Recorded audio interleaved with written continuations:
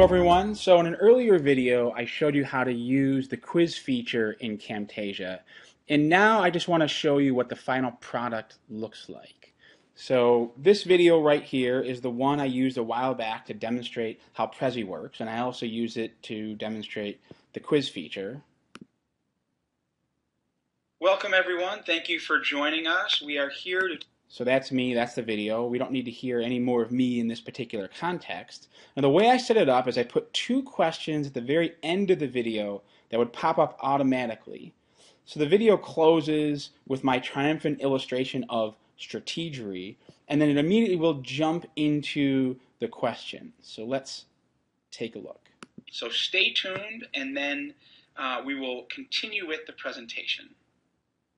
So boom, the first question comes up, and nothing will happen with this question until the student provides some sort of answer. And just to demonstrate, we know that the answer is the cost of a tank of gas.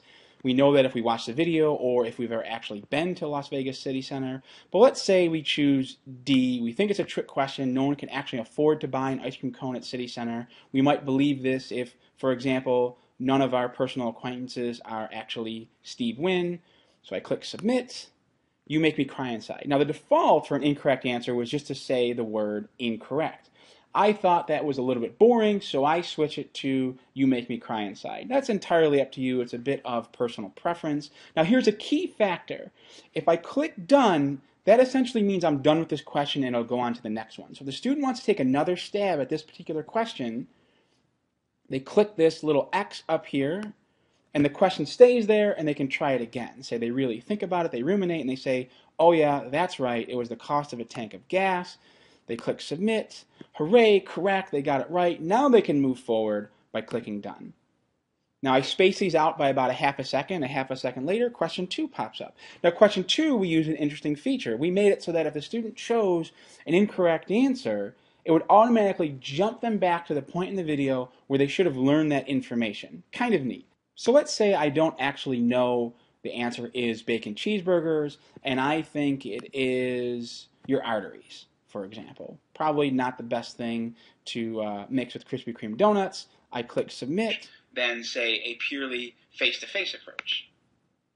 Now, we also want to say, and if we continue to watch the video, we would know this is the point in the presentation when we started talking about Krispy Kreme donuts and bacon cheeseburgers. So it automatically jumps them there, and they can get right into learning whatever it is that they did not know the first time. The one drawback, a caveat here, is that if they want to get back to the question itself, they actually have to manually scroll to the question. There's no built-in utility that jumps them back into the question where they were. So that is a bit of a drawback.